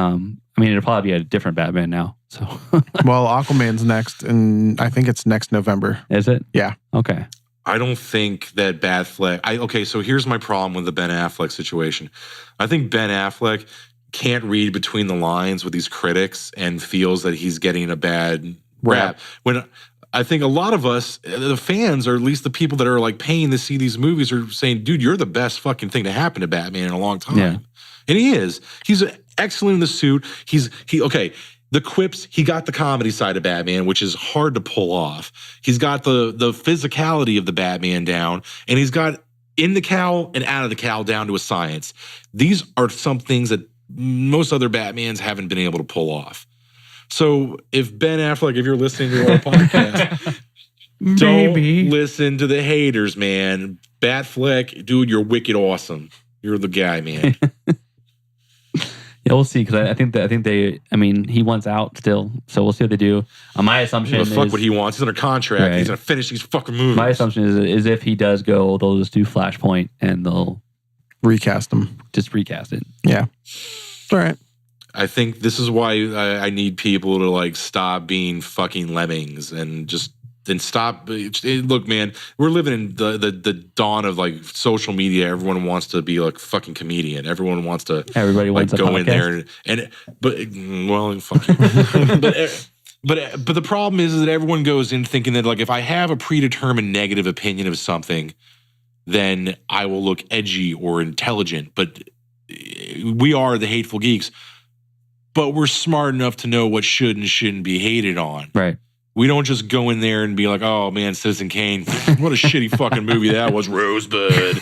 Like, Who says that? I mean, we every time we've ever talked about something that we've despised, we've had an actual like legitimate list. I mean, we're not always talking about CG mustaches. It's just once this time. Just this once. But I mean, when we talk crap about something, we bring evidence to support our argument, which validates said argument. Are you pointing to a list? Is there like a list next to you? There is a fucking list right here that you can't see. List. Andy is an excellent list. Andy is the number one reason why you need to have a valid opinion on things. There you go. My point is that if you have not seen this and you wanted to like listen to us to see if you should see this movie. If you saw this movie and weren't knowing how to feel, and you're gonna decide because of what we told you, you're a fucking sheep. but you should listen to me and Andy. Wow. But if you have seen this film and you didn't like it, I'd like to hear why. And don't tell me CG mustaches. Give me a good reason. Mall. And if it's something that we've already gone over, then beat you to it. Yeah, I mean we touched pretty much everything. and not in a pedophile way. Calm down, Rob Moore. I think we have a Rob Moore joke every week now. Yep. Until he's dead, yes. All right. Well, I think that's about it, man. I think so. I'm glad that for the most part, positive. For the most part. Right. Yes. Much could do better. That's a sentence. Much could do better. Much could do. Good. It's a sentence. Good. Look it up. Holy shit. But yeah, I think... Sloth love chunk too. I think... yeah, exactly. Rude. That's what I was going for. I think we all went in this movie hoping for the best, but fearing the worst. Right. We knew what might have happened because WB doesn't get out of their own way. But we all came out better. I think we came out on the good side of it. Right. I was hoping for an A+, expecting an F. I got a B. Yeah. Yeah. Pretty much. Yep. It's like those classes you take, you didn't study, and you're like, damn it. Right. And then you get a B, be like, whoa, what the fuck happened? Like, sweet. But definitely in the right direction there. I think the big takeaway here, DC is moving in the right direction. We've got a decent amount of comedy now.